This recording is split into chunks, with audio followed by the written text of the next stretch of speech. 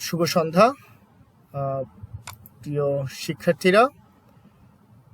তোমাদের জন্য আজকে যে বিষয়টি আমরা আলোচনা করব সেটি হচ্ছে অসগুড স্র্যাম মডেল অফ কমিউনিকেশন। এটি যোগাযোগের একটি গুরুত্বপূর্ণ একটি মডেল, যে মডেলটি তোমার ডেভিড বার্লো প্রমুখের মডেল দেওয়ার পরে মানব যোগাযোগটা কতটা আসলে প্রয়োজন মানুষের প্রয়োজনে, এবং মানব যোগাযোগটার আসলে কতটা ধাপ রয়েছে সেই ধাপগুলোকে সহজভাবে ব্যাখ্যা করার জন্য যে কোনো একটি ছকে আবদ্ধ করা যায় কিনা সেটি ব্যাখ্যা করার জন্য এই মডেলটি প্রদান করা হয়। তো সেই মডেলটি সম্পর্কে আজকে আমরা জানবো। এখানে তোমাদের আমি দেখতে পাচ্ছ অসগুড স্র্যাম মডেল অফ কমিউনিকেশন। এই স্র্যাম নামটা তোমাদেরকে বানানটা একটু মনে রাখতে হবে, কারণ যোগাযোগের শিক্ষার্থী হিসেবে বিভিন্ন জায়গায় যখন তোমরা পরীক্ষা দিতে যাবে, সেটি মৌখিক পরীক্ষা হোক বা যে কোনো পরীক্ষা হোক, তখন উইলবার শ্যাম এই নামটি তোমাদেরকে কিন্তু লিখতে হবে, বলতে হতে পারে। ওনাকে কেউ কেউ আসলে এই যে আমরা যে যোগাযোগ অধ্যয়ন করি, এই যোগাযোগ অধ্যয়নের জনক বলে থাকেন, the father of communication studies. তো উনি এই মডেলটির সাথে সরাসরি জড়িত। ফলে আমাদেরকে এই মডেলটি তোমরা একটু চেষ্টা করবে যে এই মডেলটি আসলে কিভাবে কি বুঝিয়েছে। তোমরা দেখতে পাচ্ছ এই মডেলটিতে যে বিষয়গুলো আমরা আলোচনা করব সেখানে সামারি আকারে দিয়েছি যে এটি মডেলটি কে উদ্ভাবন করেছে, আর মডেলটা আসলে কি, মডেলের কম্পোনেন্টগুলো কি, মডেলের অ্যাডভান্টেজ কি, ডিসঅ্যাডভান্টেজ কি। এখানে কিছু রেফারেন্স রয়েছে যেগুলো আগেই আমি দিয়ে দিয়েছি।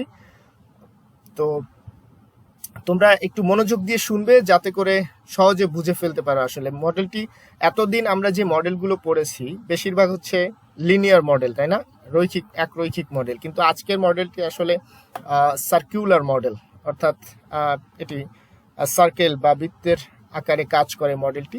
তো এখানে কয়েকটা চিত্র রয়েছে, আমরা একটু সেগুলো ধীরে ধীরে আসলে জানবো, কিন্তু তার আগে আমরা জানি প্রথমে যে এই মডেলটি কারা দিয়েছেন। এই মডেলটি প্রদান করেছেন দুজন, চার্লস এগারটন অসগুড বা চার্লস অসগুড বলা হয় এক ভদ্রলোককে। 1916 সালে জন্মগ্রহণ করেন এবং 1991 সালে মৃত্যুবরণ করেন।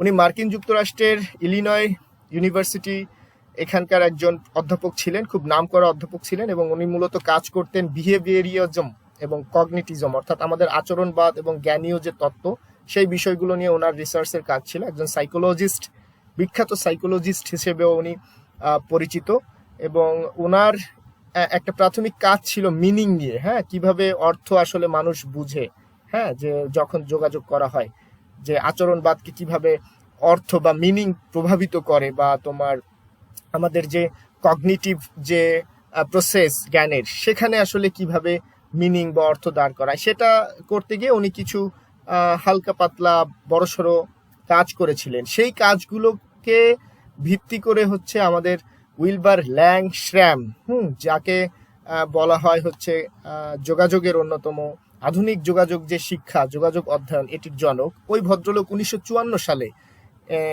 আসলে এই মডেলটি, ওনার যে চার্লস এগারটনের যে প্রাথমিক যে কথাগুলো সেগুলোকে একটি মডেলে, একটি যোগাযোগ মডেলে রূপান্তর করেন, the process and effects of communication, এই বইটিতে, উইলবার ল্যাং শ্র্যাম বা উইলবার এল শ্র্যাম বা উইলবার শ্র্যাম। তো এই উইলবার শ্র্যাম হচ্ছে নিজেকে সর্বপ্রথম কমিউনিকেশনের একজন স্কলার হিসেবে স্বীকৃতি দেন। এর আগে আসলে যোগাযোগ, কমিউনিকেশন যে কোনো কিছু আলাদা একটি জ্ঞানের শাখা হতে পারে, এটি নিয়ে ওরকম ব্যাপক কোনো আসলে আলাপ ছিল না। কিন্তু এই ভদ্রলোক শ্র্যাম মার্কিন যুক্তরাষ্ট্রের প্রায় সকল বিশ্ববিদ্যালয়ে, সে সময় ওনার সময়টাতে, উনি জন্ম নেন 1907 এবং 1907 থেকে 1987, এই সময়ের মধ্যে মার্কিন যুক্তরাষ্ট্রের বড় বড় বিশ্ববিদ্যালয়, যেমন এমনকি স্ট্যানফোর্ড বিশ্ববিদ্যালয়, সেখানেও কমিউনিকেশন স্টাডিজের ভিত্তিপ্রস্তরটা স্থাপন করেন এই শ্র্যাম। তো ওনার এই মডেলটিতে একটি গুরুত্বপূর্ণ অবদান রয়েছে। তো এই ভদ্রলোকরা যে মডেলটি আমার আর তোমার কাছে দেয়, সেই মডেলটির দিকে একটু চোখ বুলালে তোমরা দেখতে পারবে খুবই সহজ মডেল, কোনোভাবে একটু জটিল করবে না মডেলটা। যে যোগাযোগ প্রক্রিয়াটা ওনাদের মডেল অনুযায়ী কিভাবে সম্পন্ন হয়। ওনাদের মডেলে আসলে যোগাযোগের 3টি উপাদানই রয়েছে, যেটি যোগাযোগের প্রথম যে যোগাযোগের মডেলটি প্রদান করেছিলেন অ্যারিস্টটল, যিনি আসলে যোগাযোগ বা কমিউনিকেশন শব্দটি জানতেন না, কিন্তু রেটরিক নামে ওটি আমাদের কাছে জানিয়েছিলেন। সেই যোগাযোগের যে ভিত্তি মডেল, সেই মডেলটিতে যোগাযোগের যে 3টি কম্পোনেন্ট থাকে, প্রথমে হচ্ছে একজন সেন্ডার, তারপরে একটি বার্তা থাকবে, তারপরে একটি ডেস্টিনেশন থাকবে, তাই না? এই তিনটা বিষয়।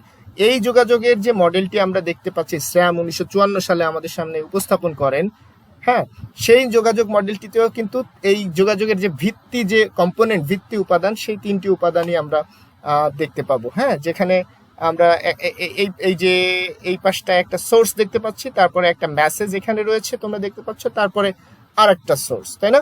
Destination source. হ্যাঁ, আবার এই ডেস্টিনেশন সোর্স আবার প্রথম সোর্স হয়ে যেতে পারে। এগুলো নিয়ে আমরা ডিটেলস আলাপ করব একটু সামনে। হ্যাঁ, তো যেটি তোমাদেরকে আমি বলতে চাচ্ছি সেটি হচ্ছে ওই যে ভিত্তি মডেল আর তোমার যে অ্যারিস্টটলের মডেল বা অন্য সকল যোগাযোগ মডেলে এই সোর্স থাকবে, মেসেজ থাকবে, ডেস্টিনেশন থাকবে। এটির উপর ভিত্তি করে কিন্তু আমাদের আজকের যে অসগুড এবং স্র্যামের যে মডেলটি রয়েছে, যেটিকে অনেক সময় সার্কিউলার মডেল বলা হয়, কারণ এটি সার্কেলের মতো ঘুরবে, তোমাদেরকে আমি সামনে দেখাবো। এই মডেলটি আসলে প্রদান করেন। তার মানে তোমাদের মনে রাখবে বেসিক কম্পোনেন্টস এই মডেলে তিনটি: source, message, destination. Source, message, destination. Source মানে যে বার্তাটি প্রদান করে, যে বার্তাটি উৎপাদন করে, যে বার্তাটি অন্যের কাছে পাঠায়, সে হচ্ছে সোর্স। আর যা পাঠায়, যে বার্তাটি পাঠায়, যে কন্টেন্টটি পাঠায়, যে উপাদানটি পাঠায়, যে কথাটি পাঠায়, যে রেকর্ডটি পাঠায়, যে ভিডিওটি পাঠায়, যে অডিওটি পাঠায়, যে ইমোটিকনটি পাঠায়, সেটি হচ্ছে মেসেজ। আর যে এই মেসেজটি গ্রহণ করে সে হচ্ছে ডেস্টিনেশন। হ্যাঁ, অনেক সময় এটাকে তোমরা রিসিভার বলতে পারো, ডিকোডার বলতে পারো, নানা কিছু বলতে পারো। তো মোদ্দা কথা, এই বেস ফর্মটার উপর ভিত্তি করে পৃথিবীর সকল যোগাযোগ মডেল, এই মডেলটিও এই ভিত্তি মডেলটাকেই ধরে এগিয়ে গিয়েছে। তো এই মডেলের একটি গুরুত্বপূর্ণ জিনিস, হ্যাঁ, সেটি হচ্ছে কি, তোমাদের যদি আমি মডেলটিতে একটু নিয়ে যাই, সেখানে তোমরা দেখতে পারবে। এই যে এখানে দেখো এই মডেলের প্রথমে যে সোর্স রয়েছে, সেই সোর্সের জায়গায় তিনটা পয়েন্ট রয়েছে: এনকোডিং, ইন্টারপ্রিটেশন, ডিকোডিং। যেটাকে আসলে আমাদের যে স্র্যাম, এখানে শব্দটা স্র্যাম ব্যবহার করেছিলেন এনকোডার। হ্যাঁ, এনকোডার, ইন্টারপ্রিটার এবং ডিকোডার, তিনটা শব্দ ব্যবহার করেছিলেন। এরপরে তিনি মেসেজ, অর্থাৎ দেখো এই যে একটা মাথা দেখা যাচ্ছে, ভালো করে দেখো, এই যে মাথা, একটা মানুষ, হ্যাঁ, যোগাযোগের এক পাশ সেন্ডার। এই সেন্ডার কোনো একটি বার্তা কি করবে? এনকোড করবে মানে বার্তাটা প্রদান করবে। এই যে এই মেসেজটা আবার যার কাছে যাবে, সে ওই বার্তাটাকে ডিকোড করবে। অর্থাৎ সে যদি বলে যে তুমি কি ডেজা ভু সম্পর্কে জানো? ডেজা ভু মানে একই জিনিস, একটা জিনিস তোমার সামনে ঘটছে, তোমার মনে হবে যে আমার সাথে এই ঘটনাটা আগেও ঘটেছে, বা আমি এই ঘটনাটা স্বপ্নে মনে হয় দেখেছি। তো এটা এই পাশের ভদ্রলোক বলল, এই বার্তাটা পাঠালো। এই পাশের ভদ্রলোককে এই বার্তাটার উন্মোচন করতে হলে ডেজা ভু সম্পর্কে জানতে হবে, ডিকোড করতে হলে। হ্যাঁ, তারপরে তাকে ইন্টারপ্রিট করতে হবে। ইন্টারপ্রিটেশন মানে কি? ব্যাখ্যা করা। ডেজা ভুটা আসলে কি? তখন সে যখন ইন্টারনেটে সার্চ দিবে বা নিজের ফিল্ড অফ এক্সপেরিয়েন্স, সে জীবনে হয়তো কোনো সিনেমা দেখছে, যেমন ডার্ক নামের নেটফ্লিক্সের সিরিজ, সেখানে ডেজাভু সম্পর্কে রয়েছে। ডেজাভু নিজে একটা সিনেমা রয়েছে, ব্রিটিশ একটা সিনেমা রয়েছে ট্রায়াঙ্গেল, সেখানে ডেজাভুর কথা রয়েছে। তো এসব বিষয় থেকে আগে থেকেই ধরো তুমি জানো। তারপরে তুমি একটা বার্তা দিলে, এই পাশে যে ভদ্রলোকটা বার্তাটি গ্রহণ করলে, সে বলল কি, হ্যাঁ আমি ডেজাভু সম্পর্কে জানি, আমি ডার্ক নামে নেটফ্লিক্সের সিরিজটা দেখেছি। এই বার্তাটা তুমি এনকোড করে পাঠালে, তারপরে এই যে ফিডব্যাক মেসেজ দিয়ে পাল্টা পাঠালে। দেখো এ পাশে এসে কিন্তু ডিকোডিংটা নিচে, অর্থাৎ এই ভদ্রলোক আবার ডিকোড করবে এর বার্তাটা এই পাশ থেকে যে পাঠাইছে, তারপরে ইন্টারপ্রিট করবে, তারপরে নিজে কিছু দিয়ে আবার এনকোড করবে, তারপরে আবার মেসেজ আকারে পাঠাবে। এভাবে কিন্তু বার্তা ঘূর্ণায়মান চলতে থাকবে, সার্কুলার আকারে একের পর একে চলতে থাকবে। এই জন্য এই মডেলটাকে সার্কুলার মডেল বলা হয়েছে। হ্যাঁ, তো এই মডেলের হচ্ছে এই গুরুত্বপূর্ণ যে জিনিসটা, সেটি হচ্ছে এই যে এনকোডার এবং ইন্টারপ্রিটার, ডিকোডার, এই তিনটা জিনিস। তাহলে এনকোডারটা কি? মনে রাখবে, এনকোডার, ইন্টারপ্রিটার, ডিকোডার, এটা সোর্স এবং ডেস্টিনেশন, এই দুইটা জায়গার মাঝখানেই থাকবে। অর্থাৎ সোর্স যে এই পাশে যার কাছে বার্তা যাবে, সে, এই দুইজনের মধ্যে এই এনকোডার, ইন্টারপ্রিটার, ডিকোডার, এই তিনটা ঘটনা ঘটবে। কিভাবে ঘটবে আবারও বলি। ধরো এই যে একটা কলম, এই কলমটা তোমাদের কাছে আমি দিতে চাই। হ্যাঁ, তো আমি তোমাদেরকে এই কলমটা দিয়ে একটা বার্তা দিব যে এই কলমটা সম্পর্কে দুইটা কথা লিখো। আমি আমি হচ্ছি সোর্স, আমি প্রথমে তোমাদের শিক্ষক, আমি এই সোর্স হিসেবে তোমাদেরকে কলমটা দেখালাম, আমি বললাম এটি একটি কলম, আমি এনকোড করলাম বার্তাটা, মেসেজটা, যে এটি একটি কলম। এই কলমটি সম্পর্কে তুমি তুমি 5টি সেন্টেন্স লিখো, 5টি বাক্য লিখো, ঠিক আছে? আমি কেন এটা বললাম, আমি নিজের কাছে নিজে একটু প্রশ্ন করি যে আমি এটা বলবো কারণ আমার শিক্ষার্থীদের তাৎক্ষণিকভাবে কোনো কিছু লেখার সক্ষমতা কতটুকু আমি সেটি যাচাই করতে চাই। এটা আমার নিজের মধ্যে আমি ব্যাখ্যা দাঁড় করালাম কলম নিয়ে লেখার জন্য, এটা আমি নিজে ইন্টারপ্রিট করতেছি আমার বার্তাটাকে। হ্যাঁ, তারপরে আমি নিজে আবার সোর্স হিসেবে এনকোড করে পাঠিয়ে দিলাম বার্তাটা। এবার বার্তাটা যে এনিহাউ চলে আসলো, চলে আসার পরে দেখো এই পাশে বার্তাটা একজনে গ্রহণ করবে, সে কিন্তু বার্তাটা এনকোড করবে না, সে করবে ডিকোড। অর্থাৎ তোমরা হচ্ছে সেই শিক্ষার্থী, তোমরা আমার এই এই এই কলমটি দেখবে, হ্যাঁ, এবং দেখে তুমি কি করবে, প্রথমেই স্যার একটা কলম দেখিয়েছে, হ্যাঁ, কলমটি, এটি যে কলম এটি তুমি ছোটবেলা থেকেই জানো, তোমার মা বাবা, তোমার ছোটবেলার শিক্ষকরা, তোমার বড় ভাই আপু মামা চাচা, তারা তোমাকে কলম সম্পর্কে শিখিয়েছে, তোমার এক্সপেরিয়েন্স আছে যে এটাকে কি বলে। তার মানে তুমি বার্তাটা সহজে ডিকোড করলা যে স্যার একটা কলম দেখিয়েছে, কলমটা হচ্ছে ম্যাটাডোর কলম, যেটি ভারতের অনেক কলম আসে এদেশে, সেই কলম ব্যবসাকে ধ্বংস করে দিছে আমাদের এই দেশীয় প্রোডাক্টটি। এটি নিয়ে তুমি লিখবে, তুমি ইন্টারপ্রিট করলে। ইন্টারপ্রিটেশনটা কি, এটি একটি সবুজ খাপের কলম, এটি সুন্দর লিখে, এটি একসময় রেড লিফের মতো যে জাপানি কলম ছিল তার মতো করে অনেক বানিয়েছে। এটা তোমার নিজস্ব ইন্টারপ্রিটেশন, তুমি এটা লিখে এরপরে তুমি তোমার বার্তাটা ডিকোড করবে। অর্থাৎ আমার হয়ে গেছে স্যার, পাঠাই দিলে। অথবা তুমি বললে যে স্যার আমি এটা নিয়ে লিখতে চাচ্ছি না, আমি আসলে অসুস্থ বা কোনো একটা কিছু, মানে তুমি তোমার মতো করে ইন্টারপ্রিট করে এবার তোমার বার্তা ডিকোড করে পাল্টা পাঠিয়ে দিলে। এভাবে সাইমালটেনিয়াসলি স্বতঃস্ফূর্তভাবে চক্রাকারে যখন বার্তা এক পাশ থেকে অন্য পাশে যায়, যাওয়ার পরে গৃহীত হয়, গৃহীত হওয়ার পরে সেটিকে একটু ব্যাখ্যা করা হয়, জটিলভাবে কমপ্লেক্স ভাবে সেটিকে ভাবা হয়, ভেবে আবার তার প্রতি উত্তরে অন্য একটি বার্তাকে এনকোড করে আবার দেওয়া হয়, তখন এই পাশ দিয়ে যে বার্তা যাওয়ার পরে আবার দেখবা বার্তাটা ডিকোড হয়ে এভাবে ঘুরে ঘুরে আসছে। এটি হচ্ছে এই মডেলের একদম সিম্পল ব্যাপার, মানে একদম জটিল করে ভাবার কোনো দরকার নেই। হ্যাঁ, তো এই মডেলের 4টা প্রিন্সিপাল রয়েছে, যেটি আমাদের ড্রিউ ক্রিস নামক এক ভদ্রলোক, এখানে আমরা রেফারেন্স দিয়েছি, উনি ওনার একটা নিবন্ধে আমাদেরকে জানাচ্ছেন। নাম্বার 1 হচ্ছে এটি সার্কুলার কমিউনিকেশন আমাদেরকে জানাচ্ছে, এটা আমাদের চক্রাকারে যে যোগাযোগ হয়। হ্যাঁ, আমরা অনেক সময় স্ট্যাটাস দিই না ফেসবুকে যে পৃথিবীটা চক্রাকার, পৃথিবীটা গোলাকার, তোমার সাথে আমার দেখা হবে, এরকম অনেক সময় বলি না আমরা? কেউ একজন একটু রেসপন্স করো। অনেক সময় তোমরা লিখো না পৃথিবীটা গোল, তোর সাথে দেখা হবে একদিন? জি স্যার, জি স্যার। অনেক সময় প্রায় আমরা কিন্তু বলে থাকি। তো এই কমিউনিকেশনটা কিন্তু এই পৃথিবীটা গোল মার্কা কমিউনিকেশন, অর্থাৎ সার্কুলার কমিউনিকেশন। বার্তাটা ঘুরে আবার তার কাছে চলে আসতেছে, এটা আমাদের দেখিয়ে দিয়েছে। আগের মডেল দেখো, এসএমসিআর মডেল, হ্যাঁ, সোর্স মেসেজ চ্যানেল রিসিভার যে মডেল, সেই মডেলটি এইরকম সোজা আমাদেরকে এখান থেকে একজন বার্তা দিচ্ছে, এইখানে একজনের বার্তা যাচ্ছে। এখন এই বার্তা যে আবার আসবে কি না তা নিয়ে আমাদের কোনো কথাবার্তা নেই ওই মডেলের মধ্যে। একইভাবে অ্যারিস্টটলের একজন স্পিকার বক্তব্য দিচ্ছে, অডিয়েন্স শুনে কোনো একটা প্রভাব হচ্ছে কি না, সেটার আবার এইদিকে আসবে কি না ঘুরে, তার কোনো নিশ্চয়তা নেই মডেলে। কিন্তু এই মডেলটা আমাদের সার্কুলার, হ্যাঁ, এটা আমাদের এইভাবে দেখাই দিচ্ছে যে বার্তাটা এভাবে ঘুরতেছে, এখান থেকে গিয়ে এখান থেকে গিয়ে এখান থেকে অরবিটাল আকারে ঘুরতেছে, ফলে এটা একটা সার্কুলার কমিউনিকেশনের ধারণা আমাদের দিচ্ছে। তারপরে 2 নম্বরে একটি গুরুত্বপূর্ণ পয়েন্ট আমাদের এই যে প্রিন্সিপাল, 4টা প্রিন্সিপাল যেটি চিহ্নিত করা হয়েছে, তার 2 নম্বর প্রিন্সিপাল হচ্ছে এটি ইন্টারপ্রিটেশন বা ব্যাখ্যা নামের একটা জিনিস মডেলের মধ্যে সংযুক্ত করেছে।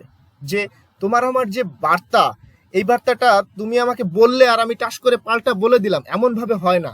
আমাদের নিজেদের মগজের মধ্যে এক ধরনের তোমার ব্রেইন স্টর্মিং হয়, এক ধরনের চিন্তা ভাবনা হয়, এক ধরনের লজিক কাউন্টার লজিক দেওয়া হয়, এক ধরনের তোমার দ্বন্দ্ব হয়, কনফ্লিক্ট হয়, সেটিকে ইন্টারপ্রিটেশন আকারে হাজির করা হয়েছে এই মডেলে। হ্যাঁ, যেটি এর আগে কোনো মডেলে আমরা দেখি না। আসলে যেটি হয়েছে, আমাদের এই মডেলটার যে ভিত্তি স্থাপন করেছেন যে ভদ্রলোক চার্লস অসগুড, ইনি একজন আসলে সাইকোলজিস্ট, তো ফলে উনি মানুষের আচরণটা, মানুষ কিভাবে আসলে স্টিমুলাস, মানুষ কিভাবে উত্তেজনায় সাড়া দেয়, মানুষ কিভাবে অন্যের কথায় সাড়া দেয়, মানুষ কিভাবে অন্যের আচরণে সাড়া দেয়, সেটি নিয়ে গবেষণা করতেছিলেন। তো ফলে এই জন্য আমাদের মস্তিষ্কের ভিতরে যে ইন্টারপ্রিটেশন প্রক্রিয়া হয় সেটি এই মডেলে সহজেই নিয়ে আসতে পেরেছিলেন উইলবার শ্যাম। ফলে আমরা অসগুড, চার্লস অসগুডের কাছে আমরা কৃতজ্ঞ, তিনি আমাদের এই চিন্তা ভাবনার ব্যাপারটি জানিয়েছেন। পরবর্তীতে দেখো আমাদের আধুনিক যুগে যত ধরনের যোগাযোগ প্রক্রিয়া হচ্ছে সেখানে কিন্তু এই চিন্তা ভাবনার বিশাল গুরুত্ব। হ্যাঁ, যে থিঙ্কিং ক্যাপাবিলিটি, থট ক্যাপাবিলিটির যে একটা গুরুত্ব আছে, হ্যাঁ তুমি চিন্তা করতে পারো, তোমার চিন্তার যে একটা প্রভাব রয়েছে, গুরুত্ব রয়েছে, সেই বিষয়টি কিন্তু সর্বপ্রথম আমাদের এই মডেলটির এই ইন্টারপ্রিটেশন নামের এই যে প্রিন্সিপালটা, ইন্টারপ্রিটেশন নামের এই যে কম্পোনেন্টটা, সেটি আমাদেরকে জানাচ্ছে। তারপরে এই মডেলটি একই সাথে সোর্সের মধ্যে এনকোডিং, ডিকোডিং, ইন্টারপ্রিটিং যে তিনটা টার্ম, হ্যাঁ এই তিনটা টার্মকে একসাথে নিয়ে আসছে। অন্য সময় আমরা দেখছি যে যিনি সোর্স তিনি হয়তো এনকোড করছেন এটি বলা আছে, আর ডিকোড করছে ওই পাশে একজন গিয়ে, কিন্তু এখানে সাইমালটেনিয়াসলি একই সঙ্গে সোর্স ডিকোড করছে, সোর্স ইন্টারপ্রিট করছে। এইরকম যে চমৎকারভাবে 1954 সালে যোগাযোগ নিয়ে ভাবা যায়, হ্যাঁ সেটি এখন তোমার কাছে মনে হতে পারে স্যার একজন যোগাযোগ করে সে তো এরকম ভাবে টাবে, এটা তো সিম্পল ব্যাপার। কিন্তু 1954 সালের প্রেক্ষাপটে যখন যোগাযোগ অধ্যয়ন নামে কোনো কিছু ছিলই না, আজ থেকে তোমার 50 বছরের উপরে, তখন কিন্তু এই এনকোডিং, ডিকোডিং, ইন্টারপ্রিটিং একটা গুরুত্বপূর্ণ ব্যাপার। ফলে এ কারণে তোমরা দেখবে উইলবার শ্যামকে কিন্তু যোগাযোগের জনক বলায় অনেকে কিন্তু মানে কোনো ধরনের আপত্তি জানায় না, কারণ তিনি চেষ্টা করেছিলেন চার্লস অসগুডের সঙ্গে যুক্ত হয়ে এই যে মডেলটি আমাদের জানাতে, সেখানে অনেক অ্যাডভান্স লেভেলের জ্ঞান আমাদের দেওয়ার জন্য। তারপরে এই মডেলটিতে এসে আমরা 4 নম্বর যে প্রিন্সিপালটি পাই সেটি হচ্ছে মডেলটি ইকুয়াল এবং রেসিপ্রোকাল কমিউনিকেশনের ব্যাপারে আমাদের জানায়। যদিও এটার ক্রিটিসিজম রয়েছে, এটির একটি সমালোচনা রয়েছে যে সকল ক্ষেত্রে তো আসলে এমন হয় না, কিন্তু আমাদের একটা ধারণা জানাচ্ছে এই মডেলটি যে সোর্স এবং মেসেজ দুইজনই হচ্ছে সমান। দেখো একই সোর্সের কাছেও এনকোডিং পাওয়ার রয়েছে, ডিকোডিং পাওয়ার রয়েছে, সোর্সেরও ইন্টারপ্রিটেশন পাওয়ার রয়েছে, আবার যিনি ডেস্টিনেশন তার কাছেও সেম যে পাওয়ার সেটি রয়েছে, যে সেও ডিকোড করবে, এনকোড করবে, ইন্টারপ্রিট করবে, সেও বার্তা গ্রহণ করবে, সেও বার্তাকে ব্যাখ্যা করবে এবং পাল্টা বার্তাকে আবার প্রক্রিয়াজাত করে পাঠায় দিবে। মানে এটি একটি যেটাকে বলা হয় সাম্যবাদী মডেল বলা যায়, হ্যাঁ সাম্যবাদী যোগাযোগ ব্যবস্থা। যদিও এটি একটি অলিক ধারণা, এরকম যোগাযোগ ব্যবস্থা খুবই কঠিন, অর্থাৎ তুমি যখন যোগাযোগ করবে একজনের সঙ্গে খুবই কম দুজনের সম অবস্থায় পাবে। তারপরেও ওনারা ওই সময়ে এটি ভেবেছেন, এটি একটি গুরুত্বপূর্ণ প্রিন্সিপাল আকারেই আসলে আমাদের সামনে এসেছে। এখন এই মডেলটি, যে মডেলটি এতক্ষণ আমরা আসলে আলাপ করলাম, তার কিছু শক্তিশালী বিষয় রয়েছে, অ্যাডভান্টেজ রয়েছে, স্ট্রেংথ রয়েছে। সেই স্ট্রেংথের 1 নম্বরটা হচ্ছে এই মডেলটি আমাদেরকে সরাসরি ফিডব্যাকের কথা বলে। দেখো যখন চক্রাকারে মডেলটির আকার তোমরা দেখতে পাচ্ছ, হ্যাঁ তখন কিন্তু এ পাশ থেকে তীর চিহ্ন দিয়ে মেসেজ যাচ্ছে, মেসেজটা ওই পাশে গিয়ে ডিকোড হচ্ছে, ইন্টারপ্রিট হচ্ছে, তারপরে কাউন্টার আর একটা মেসেজ এনকোড করে এই দিক দিয়ে আবার দিয়ে দিচ্ছে চক্রাকারে। এই যে দিয়ে দেওয়া, এটা ফিডব্যাক।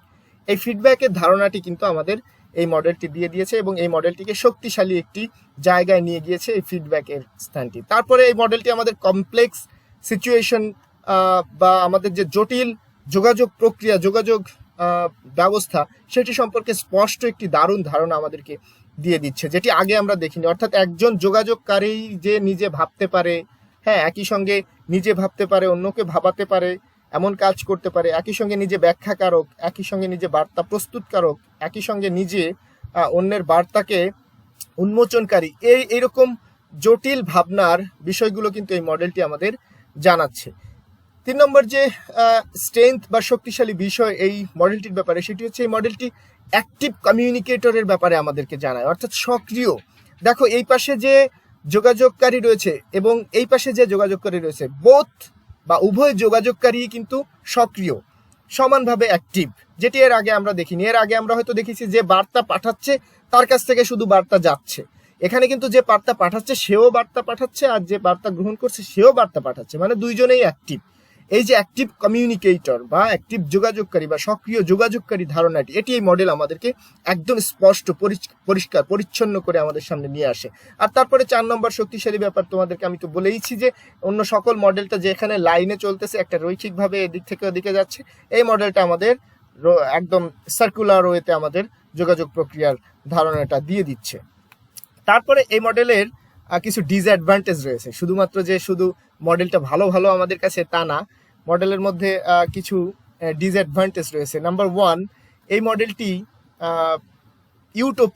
ইউটোপিয়া শব্দটা তোমরা জানবে। ইউটোপিয়া হচ্ছে এমন একটি জায়গা, এমন একটি ভাবনা যে পৃথিবীর সব কিছু নিখুঁত হবে, হ্যাঁ, একদম ভেস্তের মতো, স্বর্গের মতো, কোনো কিছু ভুল নেই, সব কিছু পারফেক্ট, হ্যাঁ, এরকম একটু এই ধরনের চিন্তা ভাবনাকে ইউটোপিয়ান থিঙ্কিং বলে। তো এই মডেলটা আমাদেরকে এই এই সোর্স এবং ডেস্টিনেশন উভয়ের মধ্যে যে সম্পর্ক বা রিলেশন দেখায়, সেটি আসলে একটা ইউটোপিয়া বা অনেক ক্ষেত্রে অলীক অবস্থার একটা জন্ম দেয়। কারণ একই সঙ্গে কিন্তু সব সময় সকল ক্ষেত্রে পারফেক্টভাবে ইন্টারপ্রিটেশন, এনকোডিং, ডিকোডিং কিন্তু হয় না, কিন্তু এখানে কিন্তু একদম পারফেক্টভাবে আমাদের সামনে এনকোডিং, ডিকোডিং এই বিষয়গুলো আমাদের সামনে চলে আসে, যেটা আসলে সব সময় নয়। ফলে এই মডেলটার মধ্যে এক ধরনের ইউটোপিয়া রয়েছে, যদিও মডেলের অনেক উপকারিতা রয়েছে, যেটি আমরা তার কিছু আমরা আলোচনা করলাম। অর্থাৎ তারপরে কেন ইউটোপিয়া সেটা আমরা পরের পয়েন্টে দেখো। অ্যাবসেন্স অফ আনইকুয়ালিটি, অর্থাৎ আমাদের সমাজে ধরো তুমি নিগার বা তুমি তানভীর, যখন তোমার পাশের রিক্সাওয়ালা মামার সঙ্গে কথা বলো, তো তার সঙ্গে তোমার যোগাযোগের দুজনের ফিল্ড অফ এক্সপিরিয়েন্স কিন্তু এক নয়। যেমন তুমি যখন কোভিড-19 বলবে, হ্যাঁ, যে মামা আপনি কি কোভিড-19 চিনেন, তুমি রিক্সাওয়ালা মামাকে বললে, তখন রিক্সাওয়ালা মামা হয়তো কোভিড-19 চিনে না, সে চিনে করোনা, হ্যাঁ, বা করোনা ভাইরাস। ফলে তার আর তোমার যোগাযোগের যে ইকুয়ালিটি সেটি কিন্তু সবসময় এক হয় না, হ্যাঁ। কিংবা যখন তুমি যখন তুমি বাজারে যাও, যে কোনো একটা হাটে যাও, সেই মানুষগুলোর সঙ্গে তোমার যে আচরণ, হ্যাঁ, এবং তোমাদের সঙ্গে যে আচরণ, এই ফিল্ড অফ এক্সপিরিয়েন্স সবসময় ইকুয়াল হয় না। একজন বিশ্ববিদ্যালয়ের শিক্ষক আবার একজন তোমার বিসিএস ক্যাডার, তাদের ফিল্ড অফ এক্সপিরিয়েন্স সমান না। ফলে তারা যাদের সাথে যোগাযোগ করে তাদের ফিল্ড অফ এক্সপিরিয়েন্স এক হয় না। ফলে এক ধরনের আনইকুয়ালিটির মাধ্যমে আমাদের যোগাযোগটা সম্পন্ন হয় সব সময়। একদম পৃথিবীর শুরু থেকে এ পর্যন্ত সকল যোগাযোগ মূলত আনইকুয়ালিটির যোগাযোগ, অর্থাৎ যার সঙ্গে যোগাযোগ করছে যে কোনো এক পাশ থেকে আসলে কোনো ধরনের অ্যাবসেন্সই থাকে ইকুয়ালিটির, হ্যাঁ। সেই যে ইকুয়ালিটির অ্যাবসেন্সটা, সেটি আসলে এই মডেলে কিন্তু আমাদের আলোচনা করে দেখায়নি। তারপরে এখানে এই পয়েন্টের মধ্যে আমরা দুইটা বিষয় নিয়ে আসছি। সেটি একটা হচ্ছে এই মডেলটি ম্যাস কমিউনিকেশনের ক্ষেত্রে আসলে আমরা প্রয়োগ করতে পারবো না। কেন প্রয়োগ করতে পারবো না? তোমরা জানো ম্যাস কমিউনিকেশনের অডিয়েন্স হচ্ছে অজস্র, লক্ষ লক্ষ, কখনো কখনো কোটি কোটি। যখন বিশ্বকাপ ফুটবলের ম্যাচটি হয়, সেখানে কিন্তু কোটি কোটি মানুষ দেখে একটা ক্রিকেট টুর্নামেন্ট বা একটা ফুটবল টুর্নামেন্ট। তো সেই সময়ে যখন কমেন্টেটর ভাষ্য দেয়, ধারাভাষ্য দিচ্ছে, হ্যাঁ, সুনীল গাভাস্কার কিংবা আমাদের আতাহার আলী খান, হ্যাঁ, কিংবা তোমার ইয়ান বুথাম, বা ভারতের তোমার সচিন টেন্ডুলকার, সৌরভ গাঙ্গুলি, আমাদের হাবিবুল বাশার, মুশফিকুর রহিম, যে কেউ বক্তব্য দিচ্ছে এবং কোটি মানুষ তোমার খেলা দেখছে। তো অডিয়েন্স কিন্তু কোটি কোটি, তারা কিন্তু সাইমালটেনিয়াসলি একই সাথে কিন্তু তোমার এই বার্তার উত্তর দিতে পারছে না। হ্যাঁ, কিভাবে? হ্যাঁ, তুমি বলতে পারো স্যার অনেক সময় তো ফেসবুক লাইভে অনেকে রিপ্লাই দিচ্ছে, সেটা খুবই কম, হ্যাঁ, খুবই কম সংখ্যায়, নাম্বার ওয়ান। আবার ফেসবুকের ওই যে রিপ্লাইটা, ওইটা কিন্তু তোমার ধারাভাষ্যকরও আবার দেখতে পাচ্ছে না। ফলে ম্যাস কমিউনিকেশনের ক্ষেত্রে এই যে যোগাযোগটা, এই যোগাযোগের যে প্রক্রিয়াটা, সেটি সহজে কিন্তু অ্যাপ্লিকেবল হচ্ছে না। এটা ইন্টারপার্সোনাল কমিউনিকেশন, অর্থাৎ তুমি এবং আমি, আমার সাথে তুমি, এই ক্ষেত্রে খুব ভালো যোগাযোগ হবে। অর্থাৎ দুইজনের সঙ্গে বা বেশি হলে 2-3 জনের সঙ্গে এই যোগাযোগ প্রক্রিয়াটা ব্যাখ্যা করার ক্ষেত্রে খুব ভালো অবস্থা আসবে। দেখো এর পরে যে এই একই যে সার্কেল, সেই সার্কেলের মধ্যে আমি আরেকটা পয়েন্ট যুক্ত করেছি, সেটি হচ্ছে মাল্টিপল সোর্স। কিন্তু আসলে অর্থাৎ 2-এর অধিক সোর্স যদি থাকে যোগাযোগ প্রক্রিয়া, সেখানে এই মডেলটি অ্যাপ্লাই করা কঠিন হয়ে যাবে। কারণ ধরো তুমি একটা বার্তা দিলা নিগারকে, নিগার একটা বার্তা দিল প্রমিসকে, প্রমিস একটা বার্তা দিল নিশানকে, নিশান একটা দিল সাদিয়াকে, সাদিয়া একটা দিল মাফরুহাকে। এইভাবে যদি চলতেই থাকে, ইন্টারপ্রিট করতে করতে আসলে কিন্তু আদৌ কোনো যোগাযোগ প্রক্রিয়া এফেক্টিভ ভাবে, সফলভাবে শেষ হওয়া খুব কঠিন একটা বিষয় হয়ে দাঁড়ায়। তারপরে এই যোগাযোগ মডেলটাতে তোমার মেসেজ যাবে, কিন্তু মেসেজ আসলে যে চ্যানেলের মাধ্যমে যাবে, এই চ্যানেল সম্পর্কে কিন্তু আমাদের ধারণা দেওয়া হয় না। যদিও কিছু কিছু ব্যাখ্যায় আমরা দেখি যে এনকোডার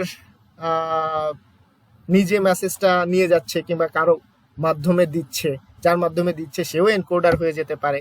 এগুলো আমরা পরবর্তীতে ব্যাখ্যা দিতে পারি, কিন্তু সরাসরি দেখো আমরা কোনো চ্যানেল বা মিডিয়া কিন্তু মডেলটা যখন চিত্র আকারে দেখেছি সেখানে আমরা পাইনি। এটাও এক ধরনের সীমাবদ্ধতা, কিন্তু মূলত যেহেতু আসলে ওই যে ভদ্রলোক এটির ভিত্তিপ্রস্তর স্থাপন করেছেন, যার নাম হচ্ছে চার্লস তোমার এগারটন অসগুড, উনি কিন্তু আসলে মানুষের আচরণ নিয়ে কাজ করেছিলেন, তো ফলে সাইকোলজিক্যালি মাথার মধ্যে কি কাজ হয় সেটি নিয়ে উনি মূলত ফোকাস করেছেন, আর ধরেই নিয়েছেন বার্তাটা মেসেজ তো কোনো একটা মাধ্যমে যাবে।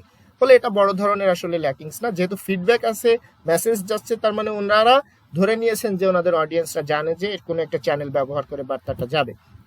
তারপরে আমাদের একটা গুরুত্বপূর্ণ পয়েন্ট, সেটি হচ্ছে আমাদেরকে ফিল্ড অফ এক্সপেরিয়েন্স সম্পর্কে কিন্তু জানাচ্ছেন এই মডেলের একটু ব্যাখ্যা দিতে গিয়ে, যে একটা এক্সপেরিয়েন্স লাগে, বিলিফ কি, কালচার কি, উভয় পাশে সোর্স এবং ডেস্টিনেশন বা রিসিভার উভয়ের কিন্তু এই এই কালচার, হ্যাঁ, এই যে বিলিফ সিস্টেম এগুলো কেমন, হ্যাঁ, এটা সমান না হলে কিন্তু সাম্য অবস্থায় আসলে যোগাযোগ করা যাচ্ছে না। ফলে এটাতে কোনো ঝুট ঝামেলা হলে যে এক ধরনের নয়েজ ক্রিয়েট হবে, সেমান্টিক নয়েজ, অর্থাৎ তোমার ভাষা আরেকজনে বুঝতে না পারে, তুমি যে ডেজাভু বললে, হ্যাঁ, তুমি যে ধরো তোমার টাইম ট্রাভেল সম্পর্কে কিছু বললে, হ্যাঁ, তুমি গ্র্যাভিটেশনাল ওয়েভ সম্পর্কে কিছু বললে যেটি পাশের জন নাও বুঝতে পারে, এটা এক ধরনের নয়েজ, সেমান্টিক নয়েজ বলা হচ্ছে। মানে ভাষার বা তোমার মিনিং এর বা কালচারের এক ধরনের জটিলতা চলে আসতে পারে এই শব্দের কারণে। সেই সেমান্টিক নয়েজ সম্পর্কে আমাদেরকে এই মডেল কিন্তু কোনো ধারণা দেয় না। একই সঙ্গে টেকনিক্যাল ইস্যুগুলো ওখানে যেহেতু নেই, কোনো চ্যানেল নেই, মিডিয়া নেই, ফলে আমরা কোনো এই টেকনিক্যাল কোনো নয়েজ হয় কিনা এই মডেলের সেটি বিষয়ে কিন্তু নাই। অর্থাৎ যোগাযোগের ক্ষেত্রে কিন্তু অবশ্যই ব্যারিয়ার রয়েছে, সেমান্টিক ব্যারিয়ার্স হতে পারে, টেকনোলজিক্যাল ব্যারিয়ার্স হতে পারে, এনভায়রনমেন্টাল ব্যারিয়ার্স হতে পারে। এই ব্যারিয়ার্স বা নয়েজগুলো সম্পর্কে আমাদের কিন্তু এই মডেলটি কোনো স্পষ্ট ধারণা আমাদেরকে দিতে পারেনি। ফলে এটি একটি বড় ধরনের তোমার সীমাবদ্ধতা এই মডেলের। তো মোট কথা এই হচ্ছে সংক্ষেপে আমাদের এই মডেল। আমার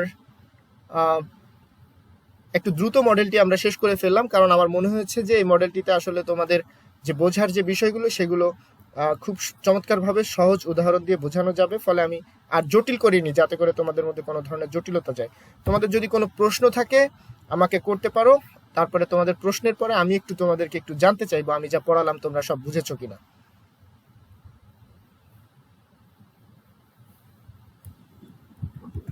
স্যার, আমার একটা প্রশ্ন আছে। হ্যাঁ, প্রশ্ন করো।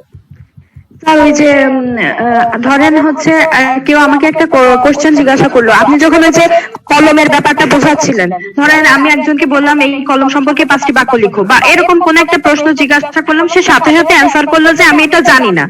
তা এটা আপনি তো বলছিলেন যে তার মাথায় হচ্ছে জিনিসটা সেট হবে, সে এই বিষয় সম্পর্কে জানবে, তারপরে সে মানে তার অ্যান্সারটা করবে। আর সে যদি সাথে সাথেই বলে দেয় আমি এই সম্পর্কে জানি না বা কিছুই জানি না, তার এইটা কি তাহলে এই মডেলটা মানে ফলো করবে? আচ্ছা, এটা এই মডেলটা ফলো করবে এই অর্থে যে এই মডেলটায় কিন্তু বলে দিছে যে দুইজনের ফিল্ড অফ এক্সপিরিয়েন্স প্রায় সমান হতে হবে। হ্যাঁ, ফলে আমরা কিন্তু বলেছি মডেলটা আমাদেরকে যে কন্ডিশনগুলো দিচ্ছে, শর্তগুলো দিচ্ছে, অনেকটা মনে হচ্ছে এক ধরনের ইউটোপিয়া, যা সম্ভব নয় এমন। মানে দুই পক্ষেই আসলে সমানভাবে ইন্টারপ্রিট করবে, সমানভাবে এনকোড করবে, ডিকোড করবে, এটা অনেক ক্ষেত্রে কিন্তু সম্ভব না, অনেকের কম বেশি হবে। ফলে তোমার এই মডেলে অ্যাপ্লিকেবল এটা। যেমন যখন তোমাকে আমি কলমটা সম্পর্কে বলতে বললাম যে ম্যাটাডোর সম্পর্কে লিখো, তখন তুমি ম্যাটাডোর সম্পর্কে লিখো এই বার্তাটাকে প্রথমে ডিকোড করলে যে স্যার আমাকে এই কলমটা সম্পর্কে লিখতে বলছে। এরপরে তুমি মাথার মধ্যে চিন্তা করে দেখলে তোমার মাথায় ইন্টারপ্রিট, ব্যাখ্যা করার জন্য কোনো ডাটা আছে কিনা এই কলম সম্পর্কে। তো যদি তোমার কোনো ডাটা না থাকে তাহলে তুমি বলবে যে আমি জানি না, তুমি পরবর্তীতে আরেকটা বার্তা এনকোড করে পাঠাই দিবে। এই যে তুমি চিন্তা করলে যে তুমি এই কলমটা সম্পর্কে জানো না, এটাই তোমার ইন্টারপ্রিটেশন। হ্যাঁ, এটাই তোমার ইন্টারপ্রিটেশন পার্ট, যে তুমি স্যার বুঝতে পারছি। ঠিক আছে, ওকে। আচ্ছা, আর কোনো প্রশ্ন? Thank you Nigar. স্যার, আমার একটা কোশ্চেন ছিল। বলো। স্যার, এনকোডিং আর মেসেজ যে সোর্স সে একই না? মানে এনকোড করছে সেই সোর্স, রাইট। এই মডেলের ক্ষেত্রে কিন্তু যে সোর্স সেই এনকোড করতেছে, কিন্তু তুমি একটু মানে এই সেম মডেলে এনকোডার হিসেবে তুমি কোনো একটা চ্যানেলকে ইউজ করতে পারছো? যেমন ধরো তোমার বার্তাটা তুমি পাঠাই দিলা মোবাইল ফোনের মাধ্যমে, হ্যাঁ, বা তুমি মেসেঞ্জারে জিপ জিপ ফাইলটা পাঠাই দিলা। এই যে জিপ ফাইলটা যে তুমি পাঠাই দিলা, জিপ করলা, কি করলা, এনকোড করলা, তুমি এনকোড করে পাঠাই দিচ্ছ, হ্যাঁ। ফলে তুমি এনকোডার, সোর্স হিসেবে তুমি এখানে এনকোডার হতে পারো, কোনো সমস্যা নাই। এই মডেলের ক্ষেত্রে দেখো এইখানে তোমরা চিত্রটা ভালো করে দেখতে পারবে যে এই পাশে যে সোর্স, এই কিন্তু এনকোডিং করতেছে, এই সোর্সই ইন্টারপ্রিটেশন করতেছে, এই সোর্সই ডিকোডিং করতেছে। তার মানে এই সোর্স এনকোডার, এই সোর্স ইন্টারপ্রিটার, এই সোর্স ডিকোডার। বোঝা গেছে? জি স্যার। স্যার এই সোর্স যখন কোনো মেসেজ দিচ্ছে সে নিজেও ভাবছে, এজন্য সে নিজেও ইন্টারপ্রিটেশন করছে, তাই তো? Right, interpreter. আবার একই সঙ্গে এই পাশ থেকে দেখো এনকোডিং করে ফিডব্যাক মেসেজ যখন আসছে, সে এটা ডিকোড করতেছে। ডিকোড করার পরে তার মগজে কি ভাবতে হচ্ছে না পরবর্তীতে বার্তাটা দেওয়ার জন্য কি বার্তা দিবে? জি এই স্যার। ক্ষেত্রে সে ইন্টারপ্রিটার। বোঝা গেছে? জি স্যার। Thank you. আচ্ছা, অন্য মডেলের ক্ষেত্রে এনকোডিং ডিকোডিংটা হচ্ছে চ্যানেলের সাথে সম্পর্কিত, আর এখানে হচ্ছে ডাইরেক্ট ব্যক্তির সাথে সম্পর্ক দেখাচ্ছে। Right right. এটার কারণ হচ্ছে কি, ওই যে চার্লস অসগুড যে ভদ্রলোক ছিলেন, উনি তো আসলে বিহেভিয়ারিজম, মানুষের আচরণগত চরিত্রগত বিষয়গুলো, সাইকোলজিক্যাল ইস্যুগুলো নিয়ে কাজ করেছেন। ফলে উনি হিউম্যান কমিউনিকেশনের ক্ষেত্রে এই যে মানুষের ভেতর থেকেই সবকিছু one way communication, person to person, সেটি নিয়ে ভাবছেন। এবং এদিকে উইলবার স্যাম, হ্যাঁ, স্যামও কিন্তু একজন শিক্ষাবিদ ছিলেন এবং তিনিও কিন্তু মানুষের মানব যোগাযোগ নিয়ে অনেক ভাবছিলেন। ফলে এই দুজনেই মানুষ কেন্দ্রিক যে চিন্তা ভাবনাটা, সেটি নিয়ে আসলে ভাবার কারণে এই অবস্থা হয়েছে। ওনারা যন্ত্রের কাছে এখনো যায় নাই। ফলে দেখবা এটার এই মডেল নিয়ে যত তোমরা অধ্যয়ন করবা, দেখবা যে মডেলটি ম্যাস কমিউনিকেশন বা তারপরে তোমার ডিভাইস কেন্দ্রিক আসলে ভাবনা থেকে ওনাদের আসছিল না। ওনারা হিউম্যান সাইকোলজি নিয়ে ভেবেছিল, যার কারণে হিউম্যান নিয়ে ভাবার কারণে ওনাদের ইন্টারপ্রিটেশন ধারণা যুক্ত করতে হয়েছে। ঠিক আছে? স্যার তাহলে এই মডেলের চ্যানেল আচ্ছা, এই মডেলের চ্যানেল, এই যে ভদ্রলোক কথা বলতেছে, এই ভদ্রলোক তো বাতাসের মাধ্যমে পাঠাই দিচ্ছে বার্তাটা, বুঝো নাই? হতে পারে তোমার সাথে যখন কথা বলবে সরাসরি তোমার বান্ধবী বা বন্ধু, তখন বাতাস চ্যানেল হিসেবে কাজ করবে। কিংবা যদি তোমার সাথে ফোনে কথা বলে, ফোন চ্যানেল হিসেবে কাজ করছে। যদি মেসেঞ্জারে কথা বলে, মেসেঞ্জার বা ইন্টারনেট চ্যানেল হিসেবে কাজ করছে। এগুলোকে ওনারা ধরে নিয়েছেন যে সবাই তোমরা এটা জানো, হ্যাঁ, ধরে ওনারা বার্তাটা পাঠাই দিচ্ছেন। বোঝা গেছে? ওই যে মাঝখানের যে চ্যানেল বা মিডিয়া, সেটা তো আমরা পড়লাম যে এই মডেলের সীমাবদ্ধতাটা হচ্ছে এখানে সরাসরি চ্যানেল বা মিডিয়ার কথা ওনারা উল্লেখ করেননি। বোঝা গেছে? জি স্যার। মানে এটা কিন্তু এই মডেলের একটা সীমাবদ্ধতা, মানে লিমিটেশন বা ডিসঅ্যাডভান্টেজ, যে যখন শিক্ষার্থীরা বা যারা গবেষকরা যারা সরাসরি এখান থেকে ডাটা নিতে চাচ্ছেন, তারা কিন্তু সরাসরি এখানে চ্যানেল বা মিডিয়া পাচ্ছে না। ফলে অনেক সময় ধরেই নেওয়া হচ্ছে যে কোনো একটা মিডিয়া এখানে আছে, এটা তোমরা জানো। বললাম না, ওনারা মূলত সাইকোলজি নিয়ে কাজ করেছেন। হ্যাঁ, তোমার কাছে বার্তাটা যে কোনো এতে পৌঁছানোর পরে তুমি কিভাবে বার্তাটা পরবর্তী ধাপে প্রক্রিয়াজাত করো, বা তুমি কিভাবে বার্তাটা আরেকজনের কাছে পাঠাও, এই যে সাইকোলজিক্যাল ইস্যু, এটাকে ভিত্তি করেই অসগুড এবং স্যাম এই মডেলটি দিয়েছেন। বোঝা গেছে? আর কারো কোনো প্রশ্ন? স্যার মানে হ্যাঁ স্যার এই ক্ষেত্রে কি স্যার মনে করেন আপনি আমাকে কোনো প্রশ্ন করলেন, আমি চিন্তা ভাবনা করে যে চিন্তা ভাবনাটা করতেছি ওইটা পাঠানোটা কি স্যার এই মডেলের মূল ব্যাখ্যা স্যার? ওই যে তুমি যে চিন্তা করতেছো, এই মডেলের মূল ব্যাখ্যা বলে কিছু নেই। এই মডেলটা তুমি যেভাবেই ব্যাখ্যা করো, তোমার আচরণের সাথে এটা রিলেটেড। অর্থাৎ আমি তোমাকে বার্তা দিচ্ছি যে নিশান কেমন আছো, এখন আমি বলছি নিশান কেমন আছো, এটাই বার্তাটা আমি তোমাকে পাঠাইছি, তুমি এখন শুনতেছো। তুমি এবার আমার বার্তাটা প্রথমে ডিকোড করলা কিভাবে? প্রথমে আমি বার্তাটা এই যে এখান থেকে গেল চ্যানেলের মাধ্যমে, জুমের মাধ্যমে চলে গেছে ও পাশে, এবার তুমি ডিকোড করে নিয়ে আসলা। হ্যাঁ, তোমার ওখানে ডিকোডার আছে, হতে পারে ডিকোডারটা একটা ডিভাইস, এই কম্পিউটারটা ডিকোড করেছে, অথবা তুমি নিজে শুনে এবার ডিকোড করতেছো কিভাবে, যে স্যার আমার কাছে আসলে মূলত জানতে চাচ্ছে আমি কেমন আছি, তো আমি তো আসলে ভালো নাই, কিন্তু স্যার আমি এটা বললে তো স্যার হয়তো আমাকে বলবেন যে ক্লাসটা করো না, তুমি রেস্ট নাও। এই যে তুমি যে ভাবলে, তুমি যে ব্যাখ্যা দাঁড় করালে ওই বার্তাটা, হ্যাঁ, যে কিভাবে রিপ্লাই দিবে, এটা তোমার ইন্টারপ্রিটেশন, তোমার মগজের ভিতরে এটা হচ্ছে, তোমার থিঙ্কিং, তোমার থট প্রসেস চলতেছে, থিঙ্কিং ক্যাপাবিলিটি গ্রো করছে। আবার যখন তুমি নিজে একটা বার্তা দিবে, যেমন আমি অ্যাসাইনমেন্টটা দিতে পারিনি, তো এটা বললে তো স্যার কি করবে, স্যার তো আমাকে সময় দেবে না, তাহলে আমাকে বলতে হবে কি যে স্যার আমাকে একটু অনুরোধ করতে হবে স্যারের কাছে। যে আমার ভুল হয়ে গেছে, পরবর্তীতে আমি আর এমন করব না। এই যে যে তুমি ভাবলে, ইন্টারপ্রিট করলে তোমার যে বার্তাটা, যেটা তুমি থিঙ্কিং করলে যে এইভাবে বললে মনে হয় বার্তাটা সফল হবে, আমার যে যোগাযোগ প্রক্রিয়াটা এটি ইজি হয়ে যাবে, আমার যে যোগাযোগ প্রক্রিয়াটা সেটি ইফেক্টিভ হবে, এই যে যে তোমার ভাবনাটা, এটা ইন্টারপ্রিটেশন। হ্যাঁ, পরবর্তীতে তুমি এই ভাবনাটা এনকোড করে ইমেইল করলে, dear sir, I want 2 more days to submit the assignment, এটা লিখে তুমি বার্তাটা ইমেইলে এনকোড করে আমার কাছে পাঠিয়ে দিলে।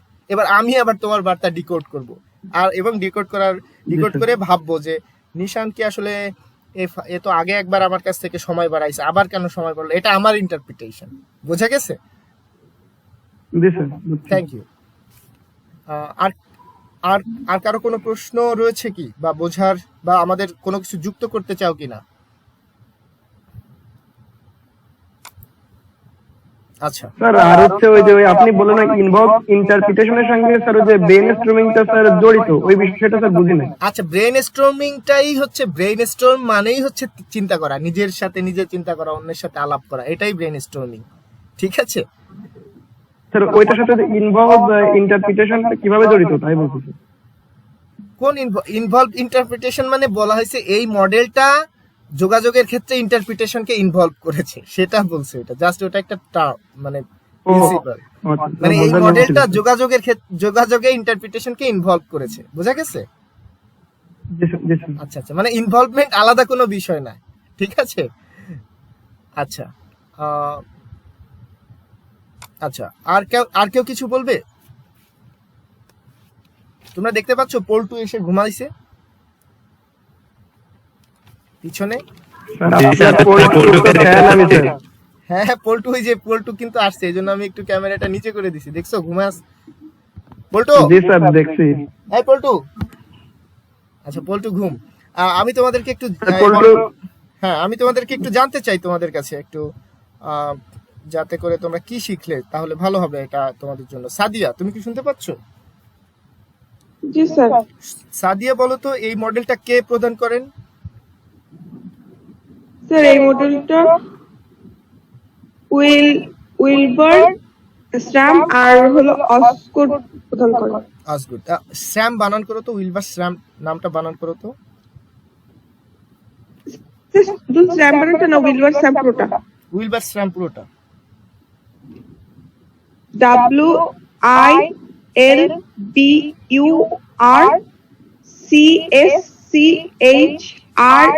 WILBURCCHRAMM। আচ্ছা, ভুল হয়েছে। ঠিক আছে, এই বানানটা আমি তোমাদেরকে প্রথমেই বলেছি যে এটা খুব জটিল একটা বানান, ফলে তোমরা একটু জানবে। উইলবার হচ্ছে WILBER, উইলবার। আর স্যাম হচ্ছে SCHRAMM। বোঝা গেছে? স্যাম, বা অনেকে স্ক্র্যাম উচ্চারণ করে থাকে, তোমরা স্যাম। আমি ওই পরেরটা ঠিক বলেছি, ফার্স্টটা ভুল হয়েছে। আচ্ছা ঠিক আছে। তানভীর, জি স্যার। তানভীর বলো তো এই মডেলের গুরুত্বপূর্ণ জিনিসগুলো কি কি, মানে কম্পোনেন্ট গুলো? স্যার এখানে যে কম্পোনেন্ট গুলো হচ্ছে স্যার মেসেজ, সোর্স আছে স্যার, ডেস্টিনেশন, যেটা স্যার চক্রাকারে স্যার স্যার বুঝতে পারছি। Source, message, destination. এই সোর্স, মেসেজ, ডেস্টিনেশনটা সবগুলো মডেলেই কি থাকে? তোমার কি মনে হয় পৃথিবীর যত মডেল আছে সব মডেলেই কি এই সোর্স, মেসেজ, ডেস্টিনেশনই থাকে কিনা? জি স্যার, সব মডেলেই তো থাকবে। তুমি শিওর? সোর্স, মেসেজ, শিওর হতে হবে, কারণ দেখো সোর্স, মেসেজ আর রিসিভার ছাড়া কি দুনিয়ার কোনো যোগাযোগ সম্পন্ন হবে? যোগাযোগ হতে হলে তো তোমার, না স্যার। হ্যাঁ, তাহলে কনফিডেন্স নাই কেন? কনফিডেন্স মানে সব মডেলে থাকবে স্যার এটা।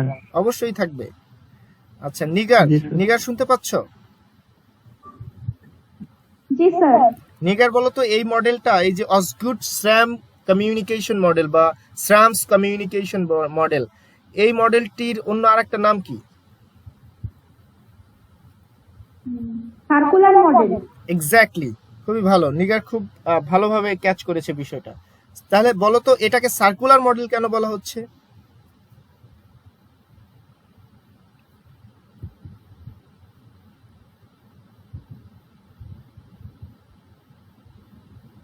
কেন সার্কুলার বলা হচ্ছে? নিগার, ও স্যার, আমি আনমিউট করে কথা বলেই যাচ্ছিলাম, বুঝতে পারিনি।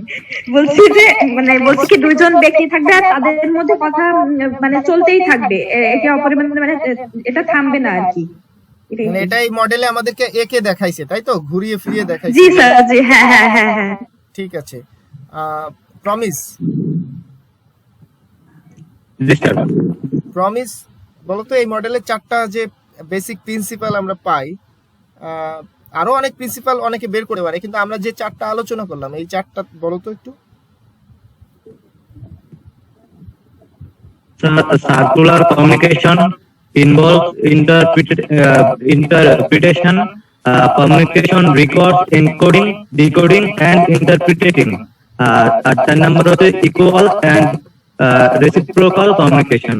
ইকুয়াল আর রেসিপ্রোকাল কমিউনিকেশন বলতে তুমি কি বুঝছো আমাদেরকে একটু বোঝাও তো। স্যার মানে এখানে ইকুয়াল যে দুইজনের মধ্যে তার কমিউনিকেশন হচ্ছে, সেখানে সমানভাবে তারা কমিউনিকেশনটা করতে পারবে। মানে যেমন আমি একটা কথা বললে সেই কথাটা সে বুঝবে এবং সেই কথাটা সে ইন্টারপ্রিটিং করে আবার সে এনকোডিং করতে পারবে। কিন্তু বাস্তবে কি আসলে এটা সম্ভব? অর্থাৎ দুই পাশে সেন্ডার এবং রিসিভার উভয়ের সমান ফিল্ড অফ এক্সপেরিয়েন্স থাকবে, সমান জ্ঞান থাকবে, সমান ইন্টারপ্রিটেশন ক্যাপাবিলিটি থাকবে, এটা সম্ভব? না স্যার, দুই পাশে বাস্তবে এটা সম্ভব হয় না স্যার, এটা একটা ডিসঅ্যাডভান্টেজ। কারণ স্যার আমি যদি আমার বন্ধুকে নাসার বিষয়ে একটা বলি যে অমুক দেশ একটা স্যাটেলাইট বা একটা রকেট পাঠিয়েছে মঙ্গল গ্রহে, সে বন্ধু সেই বিষয়ে আগ্রহী না হতে পারে বা এই বিষয়ে সে নাও জানতে পারে। এক্ষেত্রে স্যার দেখা যায় যে ইকুয়াল অ্যান্ড রেসিপ্রোকাল কমিউনিকেশনের একটা সীমাবদ্ধতা এখানে থাকে। ঠিক আছে, ধন্যবাদ। সাইমা, শুনতে পাচ্ছ? জি স্যার, শুনতে পাচ্ছি। সাইমা বলো তো, এই মডেলটা লিমিটেশন কি কি? আমাদের একটু 3টা লিমিটেশন বলো তো। স্যার এই যে এখানে অ্যাবসেন্স অফ আনইকুয়ালিটি, যেমন সবার চিন্তা ভাবনা বা এগুলো সমান না। তারপরে এই যে কমিউনিকেশন মডেলটা ম্যাস কমিউনিকেশনের জন্য পারফেক্ট না।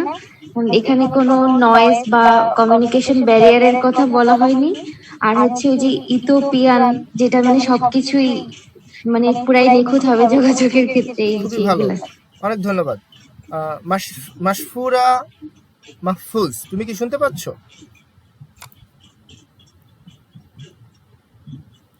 মাশফুরা মাহফুজ কি শুনতে পাচ্ছ?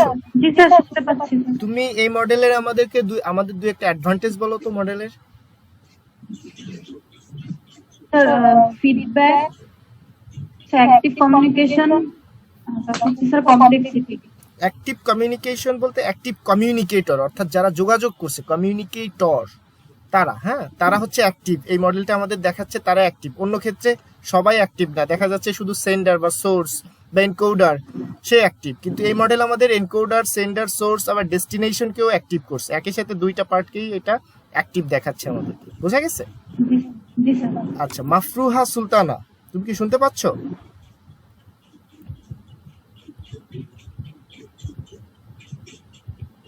মাফরুহা কি শুনতে পাচ্ছ?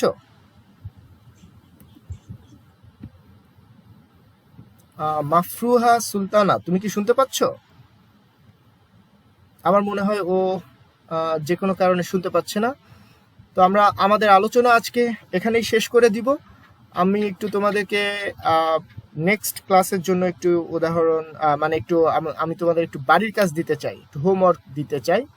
সেটি তোমাদের যে কনসেপ্টস অফ কমিউনিকেশন, যে গুগল ক্লাসরুমের যে ক্লাসরুমটি রয়েছে সেখানে আজকে একটু চেক করো তোমরা, আমি কি তোমাদেরকে অ্যাসাইনমেন্টটা দিই। এবং আজকে রাতে যে ইনভেস্টিগেটিভ রিপোর্টিং সম্পর্কে একজন ভদ্রমহিলা আসবেন আমাদের ওয়েবিনারে, তোমরা কি জানো তাকে?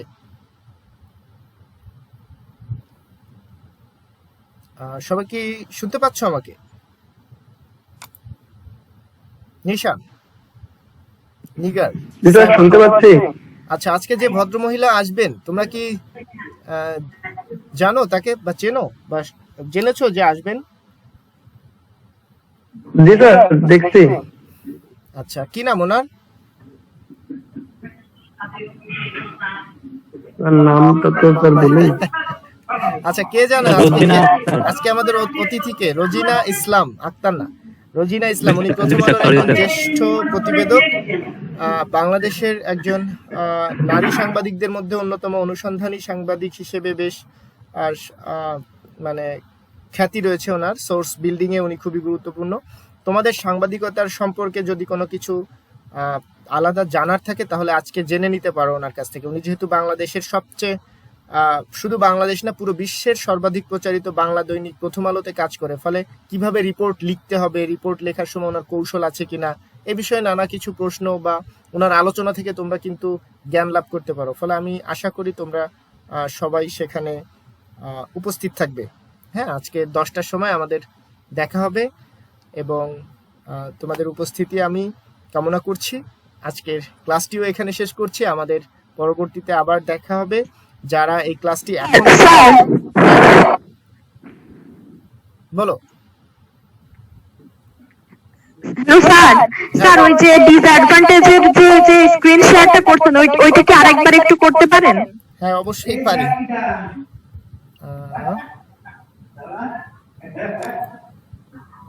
আচ্ছা,